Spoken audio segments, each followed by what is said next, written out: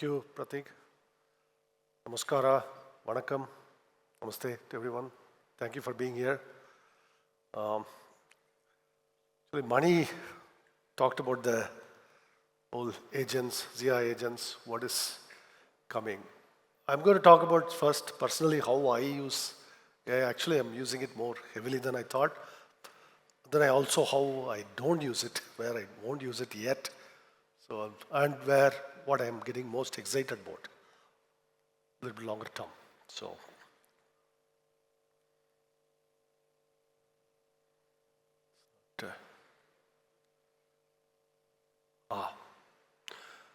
so I've been appropriately in my role as chief scientist, I've been studying all these type of questions.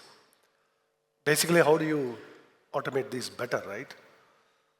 So, these, for those of you who don't understand this, you don't have to understand it, it's just some topic, you can imagine. It's really cohort analysis. So your website has visitors, they go to a purchase shopping cart and then they actually buy, and you want to analyze the whole funnel, the sales funnel, right? You all know what sales funnel is. So these things happen in databases, and those databases generate, or you have massive queries. So, and I actually asked AI to generate this for me. Now these days, that's what you do, right? You don't want to handwrite anything, you go and ask AI to generate it. Then I asked AI I wasn't very sure about this. I thought, okay, this doesn't sound quite right. So I asked AI I started a new session, asked it to critique it. And sure enough, it provided strong criticism of itself and suggested new alternatives. So that's par for the course. And then I said, okay, let me try the other guys. In fact, sometimes I go tell ChatGPT, Gemini gave me this, critique this. Then you get better criticism, right? So, and then I come to Gemini back and said, ChatGPT said this, critique this. That's useful, actually. You get good, they outdo each other. They give you a lot more information. And maybe over a couple of hours over the weekend, I actually did get some pretty good idea of this SQL funnel queries with timing constraints. So because you end up studying maybe 5, 10 alternatives with detailed criticism of each, some of it is right. Sometimes one AI will helpfully point out, or maybe it will point out about itself, the previous query missed something. But of course, it doesn't know that it only gave it. So that's often the problem, right? So that brings back, where does it shine best today? It's really research on any topic, basically. Almost any topic, I'm going to say. There are actually topics that it really cannot do well. Pretty much as long as the topic is well covered in the internet today. As long as you have a lot of blog posts, a lot of people talking about it in Reddit and various forums, on X and everywhere, you can be sure that AI has learned everything. It has digested everything. It has digested every single word said on the topic, every book and everything. Some of it is even maybe copyrighted material, it doesn't care. It has just ingested everything. So on that, it does a good job. It also can critique itself because it can give alternative perspectives on the same topic. So I think of it this way, a customized Wikipedia on a topic. At various levels, you can ask it, say, explain it like I'm 5. Or I'm an expert on this topic, so keep it high level kind of thing, right? Don't bore me with too much detail, right? That you can give it sort of various, how deep should it go. But once you accept that, it can also occasionally mislead you. And in fact, if you are new to a topic, this is a problem. So I'll give you I was learning about GPUs. I spent some time with GPUs like a couple of months ago. And then I asked about GPU layers, all that, and it gave me some information. And then go over to ChatGPT, ask it gives me some other information. I'm confused which one is actually correct. So, in other words, it can be somewhat misleading, but this is where the customized Wikipedia, if you think like that, that's useful mostly. And this is very important. Make sure to ask it to critique itself. That's what actually all the reasoning engines underneath are doing this. They generate something, they go over it again, they try to detect their own issues, all that. So, or to set two AIs against each other. Have two tabs open and set them against each other. That's probably a very productive way to learn about a topic. Or they call it the Socratic method, right? You're getting AI to criticize each other. So,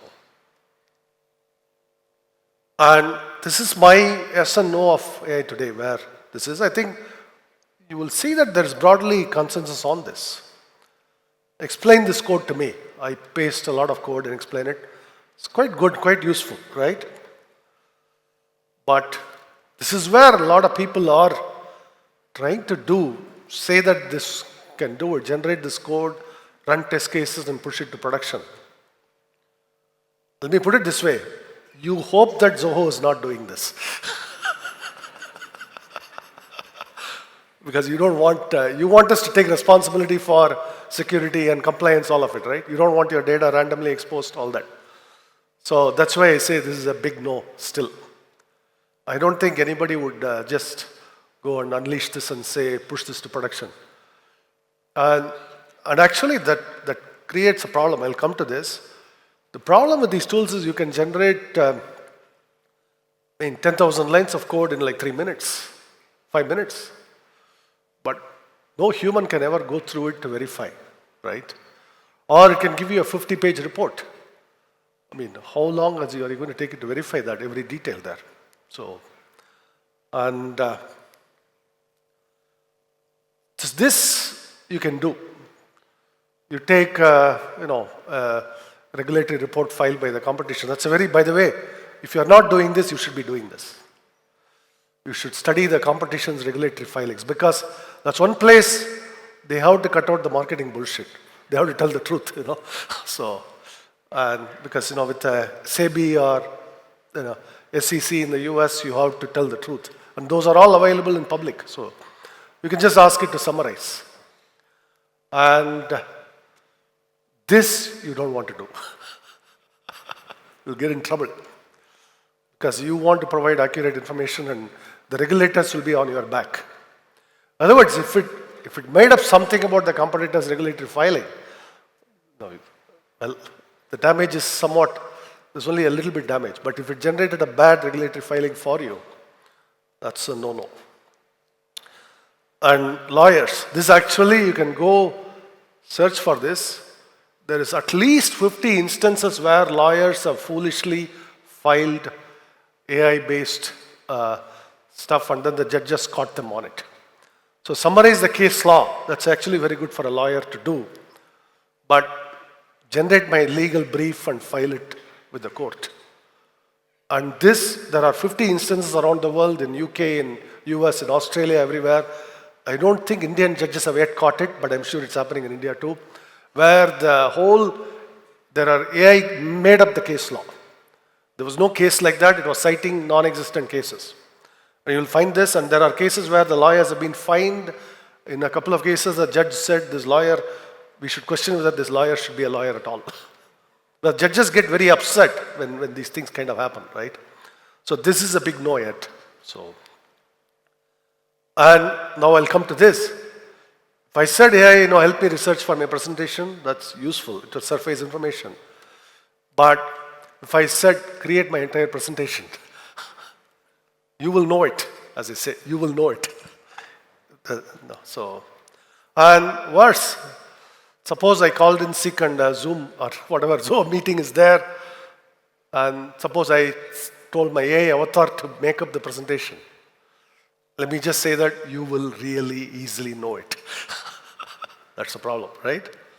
So the best use cases are research and decision support, as long as that thing is important. The human takes responsibility for the result.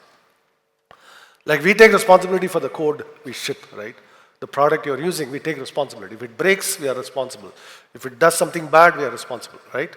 So that's the correct where the yes or no of AI today. And the problem is this. The bet being made $1 trillion or more, really $1 trillion, this is not just billions anymore. It has reached into the $1 trillion territory. Each company is pouring 100 billion, 200 billion on AI investments now, the big ones. But those are not based on it helps you do better research. That's not enough. Or it helps human to do the job better. Even that cannot justify the scale of the investment. Those tools are valuable, but the scale of the investment cannot be justified just these use cases. So this is the multi-trillion-dollar question. In fact, I would calculate maybe 10 to 20 trillion of stock market value is riding on this question today.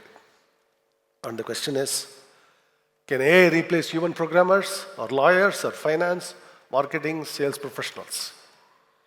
Which if you think about it, these are some of the best paying jobs, right, in the industry. And so you can imagine why, for example, a big company would want money savings on these. These are the highest paid categories of people. Can it help save or displace a lot of the jobs? Or maybe just some of the jobs, pragmatically. Can it replace 20 to 30% of the people in these professions? And in fact, some would say already it has started happening in some way, right? And I'll come to that question, what is happening or not happening, a little bit later. In my opinion, a lot of companies justify this as this thing for layoffs. I don't think the AI is replacing it. It's the corporate management citing AI as a good all-purpose excuse for layoffs now. That's, I think, more of what is happening. But this is in other words, the multi-trillion-dollar bet is based on this. You have to see that. This is the clear goal. And that's the economic rationale, as they say. The $1 trillion investments cannot be justified if you cannot do this. That at some point, they'll say, can it raise the productivity 2 or 3-fold? And a different question is, can we do the same work with 50% fewer people? So, or make the same revenue we are making with 50% fewer people. I think that's the real money question there. And we'll see.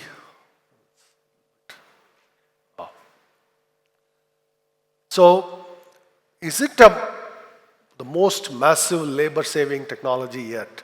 Okay, those are the real questions. As of right now, I'll tell you, if we replace 30% of our human support agents with AI, you will not like the result. That's the problem. I'll put it that way. Because you will be the test, right? You will be the one. And we are not doing that.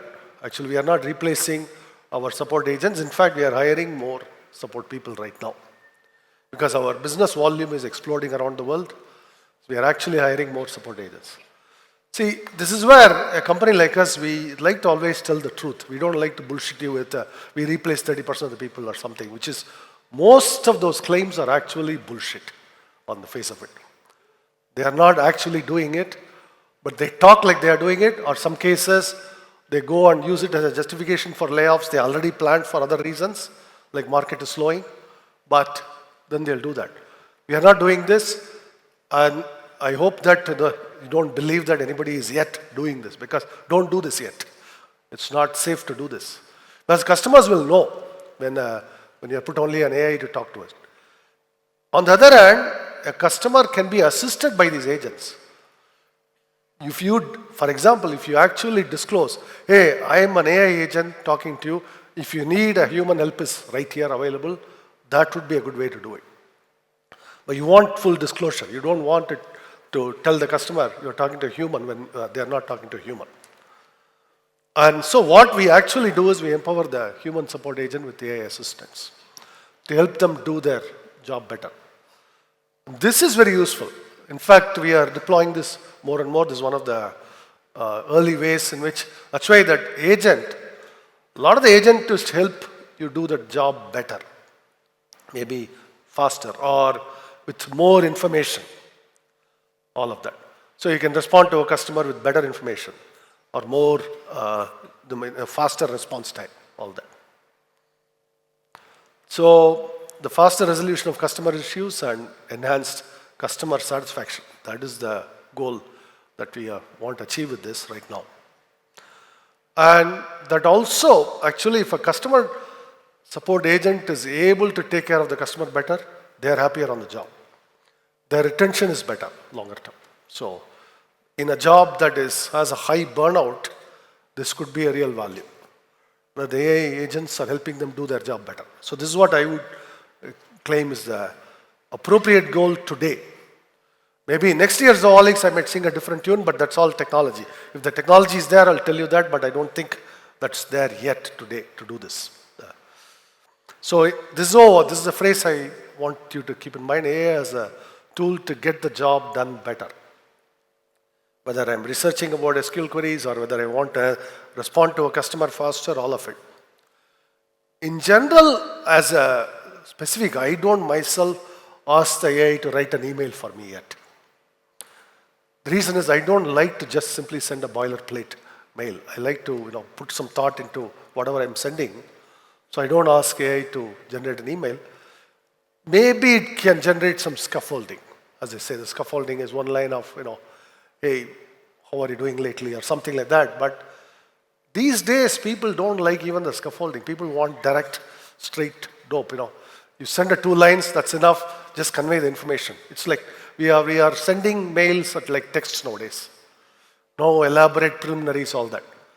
So then if you send an AI-generated email, people know it's AI-generated, no human actually generated, because humans don't talk like that anymore, right? It unfortunately learned how humans used to talk, not how humans talk now, post-AI era. So what am I the most excited about the future of AI? In fact, that's why I mentioned the programmer question, and this is where I think extraordinary programmer productivity. Like I talked about the 10, 20,000 lines of code it can spit out quickly. And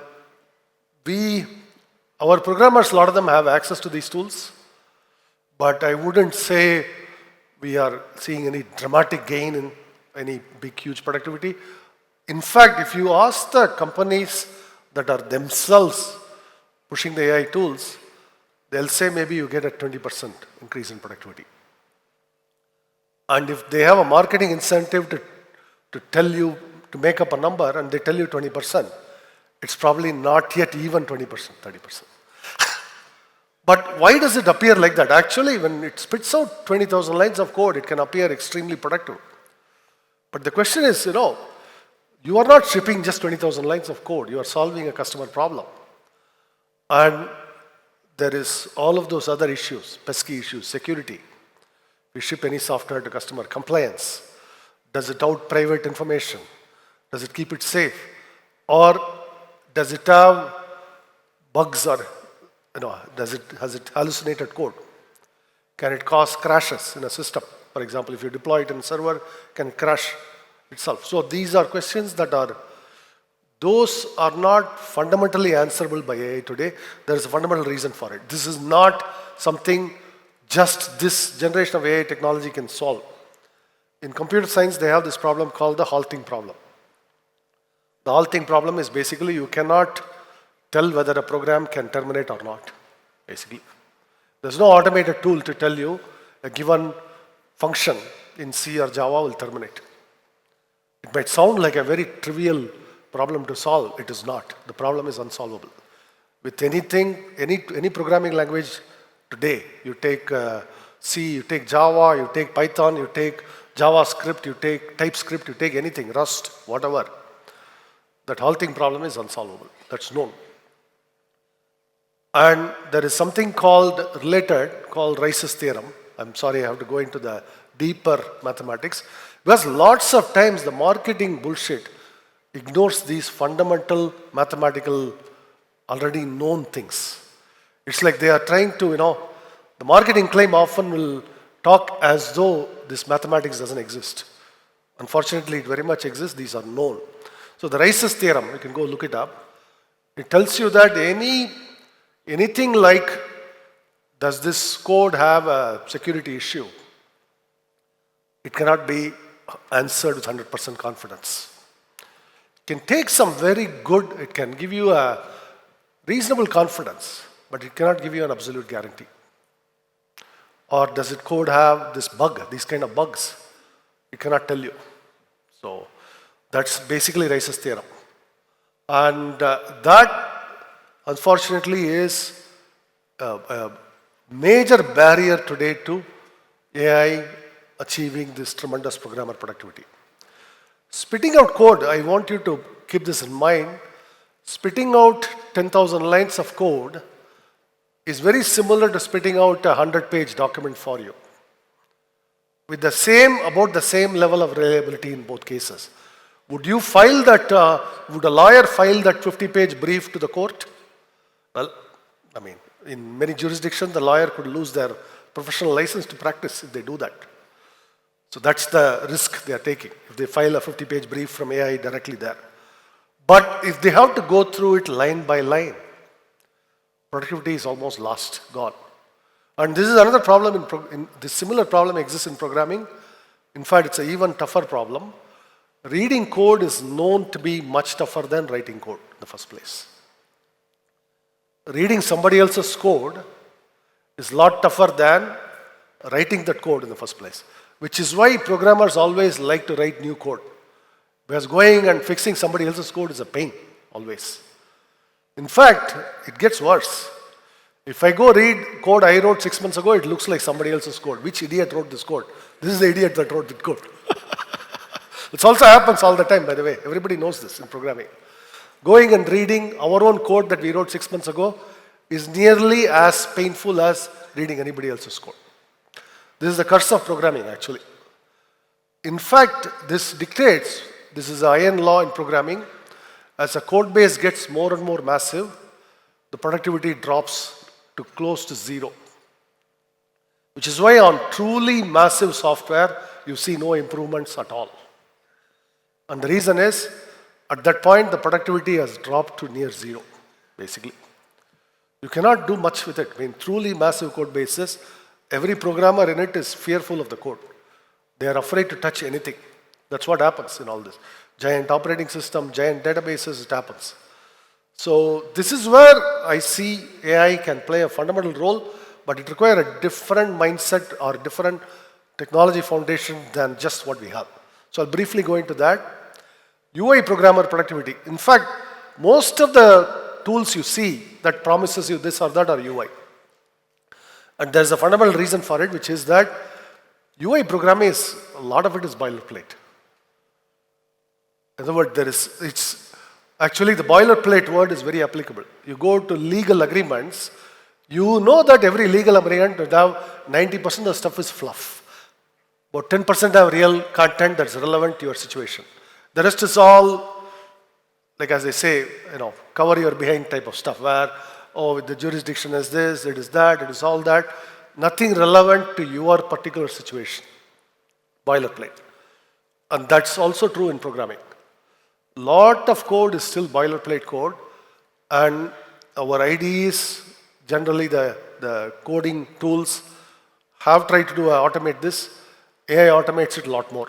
So that's where a lot of the productivity you see in programming is coming from this UI area. On the back-end stuff, on your real business critical stuff, not so much yet, because that's where the harder problems are, and that's not so easy to solve. And so the AI tools appear to be so helpful to programmers because of this UI issue. And so that's useful to keep in mind. But I actually believe a 10x, 100x productivity is possible. I believe this. I'm working on this right now. This is where most of my effort is going in. But it can only be done with AI and traditional compilers. See, the emerging new frontier in this technology is AI tools have not been combined with compilers. And that is where it is heading, in my opinion. And this is a hard problem because of the mathematical problems I mentioned. This is a hard problem, but I believe there are solutions possible. No, it's not yet. It's not a technology that I can give you. That's why I'm chief scientist. I'm not a chief technologist yet because I have to do some scientific work here. but that's what is happening. But I'm going to tell you the implications if this tenfold productivity in programming is coming. I cannot yet talk about law or sales, all of that yet, but programming is where I'm focused on. But the implications of this. Can enterprise software continue to be priced for scarcity? If we can write 10 times the code with the same number of people, the one of two things. Customers consume 10 times more software, or software prices crash. One of the two happens. By the way, any farmer knows that. If this year mangoes were extremely cheap, you would have noticed, right? Because I know why. The farmers overproduce mangoes. I'm there in the other end too, I know we are supplying mangoes, so we had a lot of harvest. So we screwed up in the sense we overproduced, so prices crashed. The prices went as low as 5-6 rupees per kilogram, sadly, from the wholesale for the farmers. And enterprise software, you have to understand, enterprise software, any of this is not very different from mangoes. If you overproduce it massively, beyond what the market can bear, prices will crash. And this is why the farm productivity increased massively. Most farmers had to leave the profession. I'm well aware of this problem there. Farm incomes did not keep up. Farm incomes today are lower than in real wages 30, 40 years ago, 50 years ago. So that's the reality. Textile industry is so extremely productive, traditional weavers are all gone. And we all have rooms full of clothes we don't know what to do, right? As you know. People have more clothes than what they want, what they know what to do, but traditional weavers are all gone. So this is the critical question for programming, next weavers or farmers, when productivity explodes in programming. But I mentioned, this still has a mathematical problem. There is the AI plus compilers have to get together, but that's where it is heading. So I'm almost done. I'm getting the time call. So last one, this is where I think the real value will be in software, where privacy, trust, compliance. These are not, if you are going to use, for example, our payroll system, if you are using our payment system, we cannot hallucinate amounts, there. That's important. So we get paid to provide that assurance. I think that's where these things don't go away. These are the trust issue, the privacy, the compliance, all of that. And so this is where we are basically enhancing the user experience with business data, the agents, the ZI agents we talked about. And this is the last part is where I'm mostly focused on. I just wanted to give you a quick summary of this. So thank you very much. Okay? Thank you. So after end of Rajendran's session, we'll all take questions. Okay? Thank you. I'll come back. Thank you, Sridhar.